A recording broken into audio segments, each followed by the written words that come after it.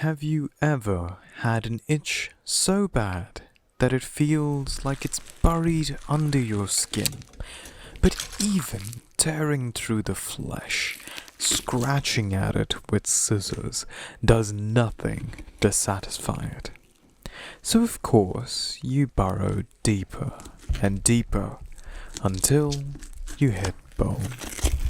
But as you patiently saw through the collagen inch by inch, blindly seeking that heavenly sweet spot, you sit there wondering, how did it ever come to this?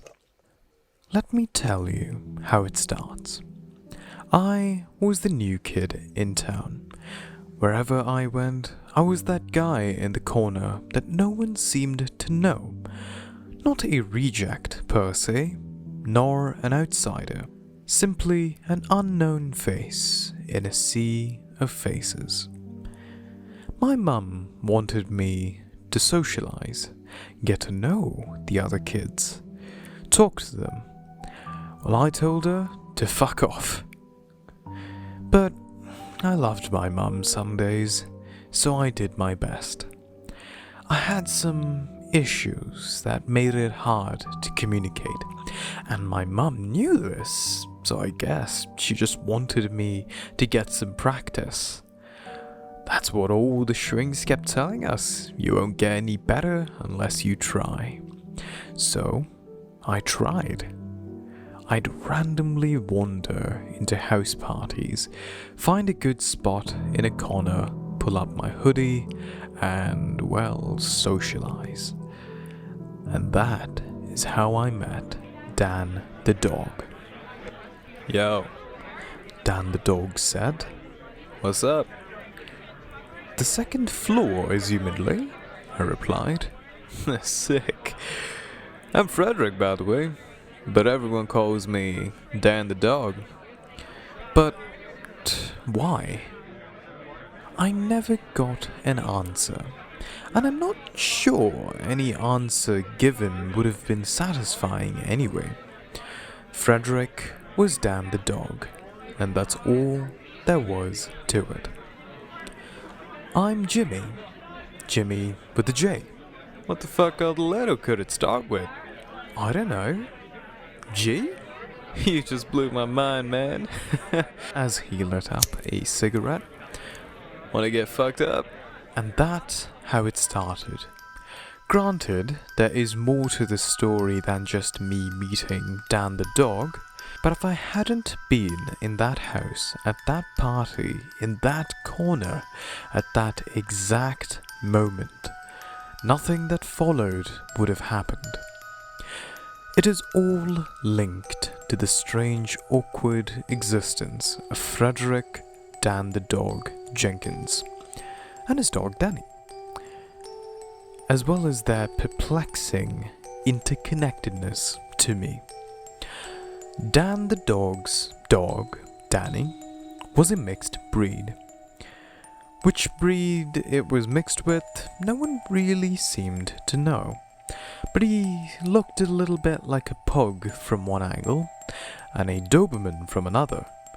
From the front he sort of reminded me of a raccoon, while from behind you'd swear it was an otter. How he looked isn't important though. What's important is that Dan the dog's dog, Danny, was the first known living being to fall victim to the diabolical frequencies emitted from Dan's amateur radio. You see, Dan had opinions. They were very rarely based on empirical data or any semblance of fact, and as such, people tended to label him as a conspiracy nut. They weren't wrong.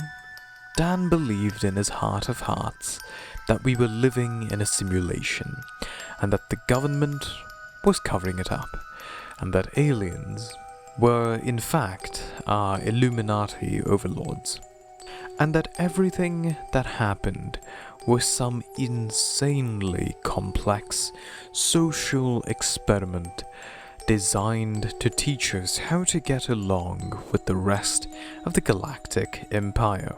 By all accounts, I'm guessing we were hopelessly failing this test. And the 70s weren't real either. He'd suddenly blurt out. Go on. They don't sound right, do they? It's like a decade-long magic mushroom trip. Ah. I'd nod solemnly. Anyways, Dan the dog was really into amateur radio broadcasting. He had this elaborate setup in his bedroom with cables and antennas and knobs and speakers, and he'd dedicate several hours daily to spread his lunatic theories to anyone crazy enough to tune in, which naturally, well, weren't that many. And did you know that we all died in the year 2000? Go on, I said. I was co-hosting the show on this particular day. Well, think about it. Have you ever really felt alive since then? Ah, exactly. I see. Yeah, anyway, that's all the time we have for today. Tune in tomorrow for an all-new episode of Dan the Dog's Disillusion, where we'll be discussing the effects of jet fuel vapors on chemtrails. He flipped switches, left, right, and center, the majority of which did absolutely nothing, and then he turned to face me. Sweet show. Really like the way you challenge me, chemistry man. He tried to high-five me, forgetting momentarily that I didn't quite understand complex hand motions' means of effect. You ever listen to anything on this thing? I asked, idly tapping on one of the speakers. Yeah, man. In fact, that's where I got the idea for this show. Go on. Well, there's this fucked up broadcast. He flipped the switches wildly again. Hang on. He slowly turned back and forth on an oversized knob, and I could vaguely hear how the static danced between clear signals and white noise, until finally he landed on a hybrid of both. If I listened intently, I could make out a distorted voice and something resembling a glitchy jingle. That's it, Dan the dog said. The everlasting man. Creepy shit. I can't stand it for more than a minute before I have to turn it off. We sat in dead silence as the broadcast washed over us. At first, it was little, but a faint whisper. Creeping, discordant tunes, barely audible at all. But after a while, it slowly increased in intensity until it became this inexplicably deafening roar, a cacophony of hissing voices and screeching violins, yet somehow still registering as a cool, suave radio voice in my head. Peel off the cockroach's exoskeleton. I wouldn't call it skin per se, but if you can make an incision around the soft tissue underneath, it should come off just as easily as a fine chunk of flesh. It will be lively at this point, so make sure to really dig in there. Out of all of God's creations, the cockroach is what the angels fear most. They cannot break, for they do not have bones. We must understand them. We must become them. But first, a little music. The voice faded, replaced now by an overwhelming white noise. I had to cover my ears, realizing too late that it didn't help. It wasn't external. It had somehow creeped into my head. Turn it off! I yelled. But while Dan desperately fumbled with the switches, the noise disappeared, and that cool, suave radio voice eased on back. That was Warning and Love, with that #1 hit single, Jean de Narquis. Lovely, oh so lovely. Let us now consider the inner year. Please, if you will, bring forth a scalpel and an unwilling subject, preferably of close relations. You'll need a mirror too. Don't mind the blood and the screams. Are you listening, Dan the dog found the off switch, and the voice instantly vacated my physical and mental being, leaving me a shivering mess on the floor. What the fuck? What the actual fuck? Ain't that some shit? Dan lit a cigarette with trembling hands. I told you, man. Fucked the fuck up. We sat there for minutes in silence, chain smoking and gulping down water. It was like all my energy had been sapped away, and I was left a completely hollow husk. I couldn't feel my intestines. I don't know if you're supposed to feel them, but the realization that I couldn't somehow fucked me up even more. Can you feel your intestines? I asked Dan the dog. What? Nothing. I left soon after, not saying a word to Dan. I gave his dog a pat on its head. He was curled up on a pillow just outside the bedroom, kept staring weirdly at me as I made my way down the stairs. I can't be sure about this, but I think it started already then. It was just a feeling, but a strong one at that, and I believe the events of the coming month do nothing but support my hypothesis. For the next few weeks, pets going missing around the neighborhood. Just a few cats at first, then hamsters, birds, rodents, and finally, Dan the dog's dog, Danny. I didn't make the connection. How could I? It wasn't exactly broadcasted. Well, except, of course, that's exactly what it was. I hadn't talked to Dan for a while. The everlasting man had fucked me up to a degree I thought impossible.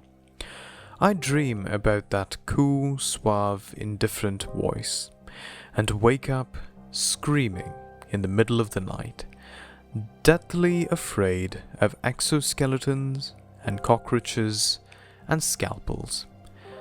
My mum kept me home from school. She had been down this road before.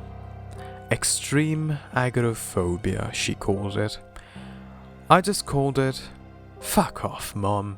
Then one day, out of the blue, Dan the dog called me. I didn't feel like answering, but I couldn't help myself.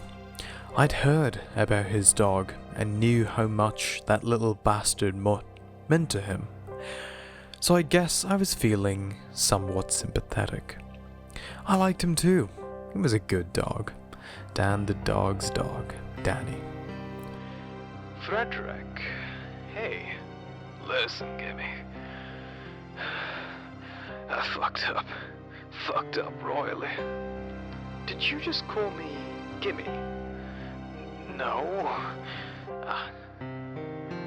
Look, I don't know. Was it you? Someone did it. That's fucking sure. Did what? What are you talking about? The everlasting man. I don't know how long since then, back there. Go on. It's been broadcasting. Since then, I can't turn it off. Do you listen? Have you listened? Where are you? I put him on speaker and stared at the phone. This didn't sound right at all. Dan wasn't hysterical. He was just a mellow pothead.